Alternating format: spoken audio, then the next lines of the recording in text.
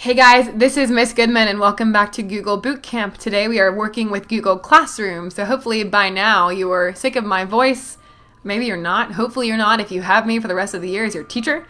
But hopefully you're familiar with Google Documents and Google Drive and you're ready to kind of move into using Google Classroom. Google Classroom is our learning management system, our LMS that we're going to be using for the rest of the semester and probably year that houses everything from assignments to your grades. Submissions will be done there, announcements will be done there, discussions will be done there a lot of times, collaboration or conferences, everything is going to be taking place in Google Classroom. So it's very important that you understand how to use it. So before we get started, go ahead and open a browser, go to Google, and sign into your account. So I actually created a student account so you can get the student's perspective of this. Sign into your account. And then you can get to Google Classroom one of two ways. I'm an English teacher for a reason. One of two ways. So go into the apps navigation menu right here, and you can go and click on Classroom down here. Or you can just go to classroom.google.com. Whatever your preference is. So if you have not joined a class yet, then you can go up here, hit Join Class, and get a code from your teacher for that. If not, your class should already pop up here. And I'm just going to kind of show you guys how to navigate Google Classroom before I explain how to submit assignments, which is our first big step. So when you first open up a class in Google Classroom, you have what's called the stream. This is like a social media stream, Twitter or Facebook. Anything that is the most recent information posted by your teacher is going to show up on this feed right here. Obviously, most recent to least. And then, if you want to be a little bit more organized with that, there are also these things called topics. So, if I post an assignment for a draft, in January, and you want to come and see the drafts that were posted in September, you can click on drafts, and it will have all of the drafts located here. So, it kind of just helps you organize this room a bit more. Same for readers' conferences, for announcements, anything like that. There will be a topic section for that you can click on. The other area, you have your classmates here. This just kind of shows you a roster of who's in our class. And then you also have the About section.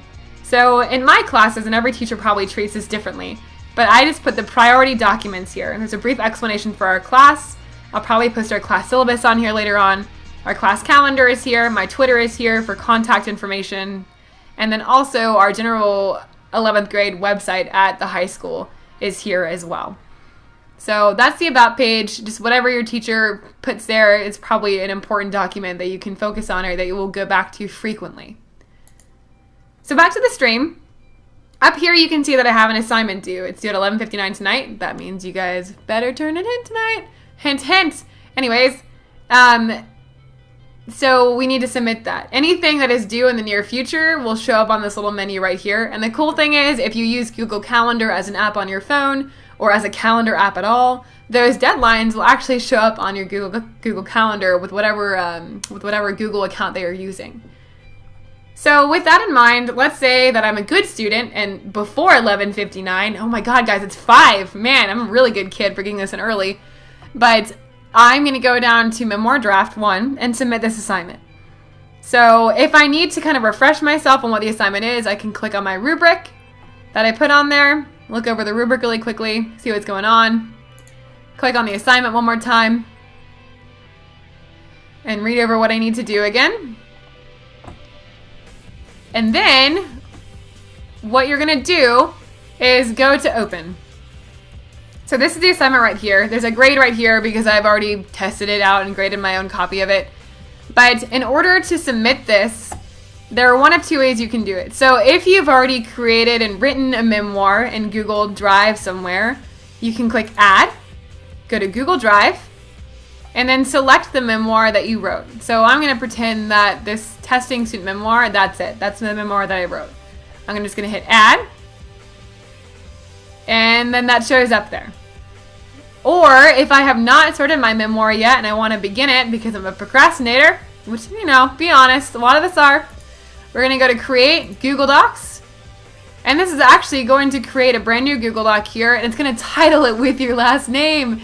and your assignment title. That way I don't have to get papers from you called lit paper over and over and over again and be really confused.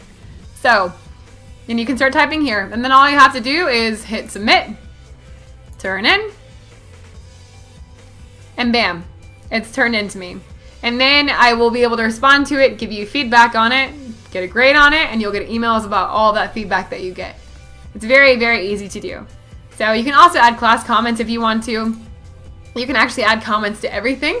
So if you're really upset about an assignment, you can complain about it, or you can talk about how enjoyable it was, or I might have you do discussions on them. But all you have to do is click add comment, and that's there for you. And that's pretty much it, guys. The big things that I want you to take away from using Google Classroom right now is just the basic navigation of it. So the stream, the about page, accessing our Google Calendar. For our class, we actually use this gigantic Google document as a calendar. And all the assignments for that day are linked here. So if you miss class on the 16th, you can actually click on that assignment. And that's it. You're done. You can look over what you missed. Or if you're missing a week even, you can kind of keep up with the class as you go. I know life happens and those things tend to be a little bit more important than catching up on schoolwork, obviously. But if you're the kind of student who gets stressed out because they're missing stuff, everything is online for you to access. And that's one cool thing about Google is having that live action feed there. So if you have any questions, please email me at goodmank@fultonschools.org or contact me on Twitter, and I'm more than happy to help you guys in class as well. Thank you for watching, and I hope this was helpful, and I will see you guys tomorrow. Have a good night.